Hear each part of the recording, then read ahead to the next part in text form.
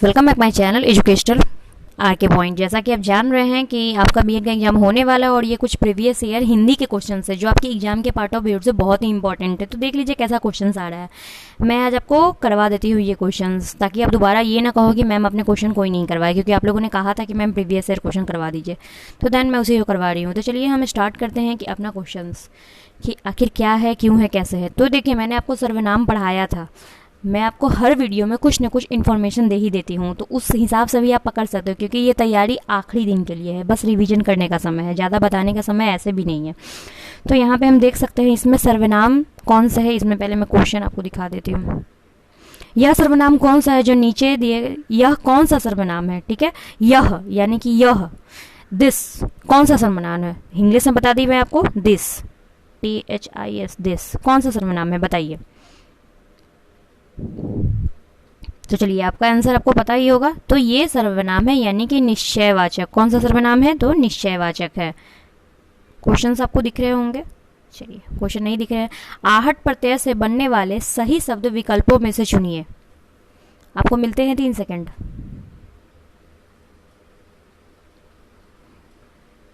तो चलिए, आपने बता दिया होगा कि आपका आंसर क्या है।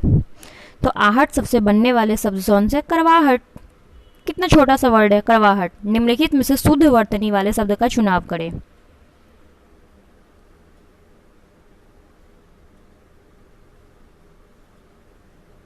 तो चलिए, यहाँ पे देखते हैं कौन सा शुद्ध वर्तनी है, तो दर्पण है। तो ये बहुत ही छोटे छोटे, हिंदी में आप आराम से पास कर सकते हैं अगर आप हिंदी मीडियम के स्टूडेंट हो तो।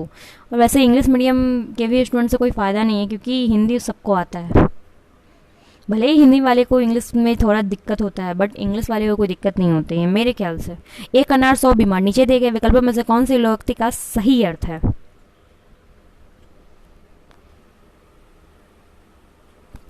चलिए, इसका आंसर मैं आपको बता देती हूँ। वस्तु थोड़ी और चाहने वाले अधिक है, तो उसको क्या कहते हैं, एक अनार 100 बीमार। निम्नलिखित में से विकल्पों में से शुद्ध वाक्य ढूंढिए।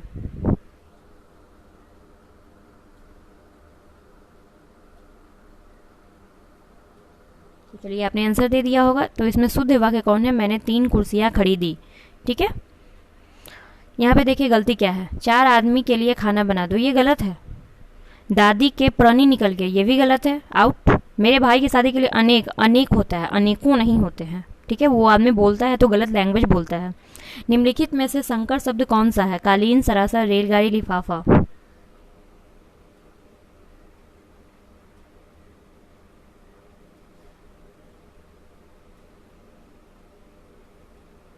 चलिए, आपने आंसर दे दिया होगा। तो इसका आंसर क्या है, तो इसका आंसर है सी, रेलगाड़ी। क्या हो जाएगा आंसर, सी, रेलगाड़ी।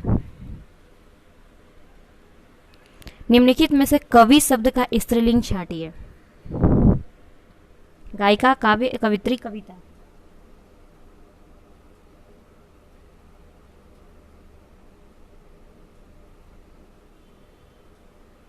चलिए, आपने आंसर सोच लिया होगा। तो इसका आंसर क्या है, तो कवित्री, यानी कि कवि से क्या बनता है, कवित्री ही बनती है उसकी स्त्रीलिंग।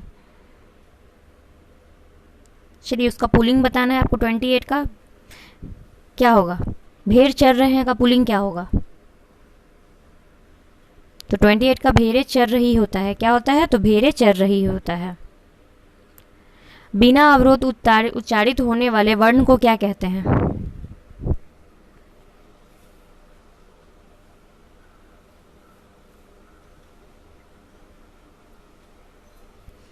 तो बिना अवरोध वर्ण उच्चारण स्वर में होता है। किस में होता है, तो स्वर में होता है। ओके, चलिए, वर्तमान में हिंदी में खड़ी बोली किसके कारण पड़ा। इसमें खड़ी खोटी को सुनाना कहने की क्षमता है। इसमें खड़ी मात्रा का प्रयोग किया गया। इसका ध्वनि विन्यास कर्कश है। इसे खड़े खड़े सीखा जा सकता है।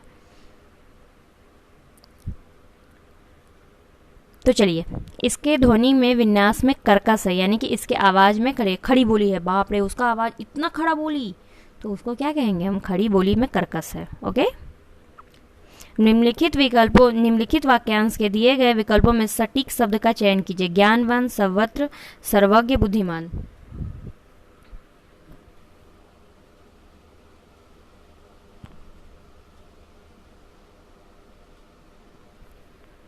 तो चलिए, इसका आंसर आपको पता हो गया होगा कि क्या आंसर है। तो चलिए, निम्नलिखित सटीक शब्द के लिए सर्वज्ञ यानी कि जो सर्व सभी चीज जानता है उसको हम क्या कहते हैं? सटीक कहते हैं। नीचे दिए गए वर्ण विच्छेदन विकल्पों में से सही शब्द चुनिए।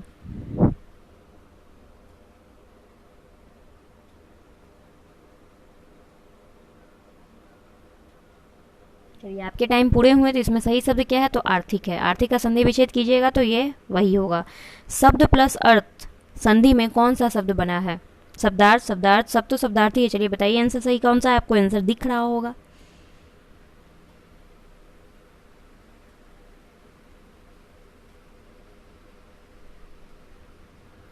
चलिए, तो यहाँ पे आंसर क्या होगा? तो सब इंसान को तो आंसर दिख ही रहा होगा, शब्दार्थ सही आंसर होगा। ओके, कितने सही हुए आप मुझे कमेंट करोगे। ओके, निम्नलिखित विकल्पों में से यस शब्द का सही विलोम चुनिए। कुयस, यसिन, सुयस, अपसय।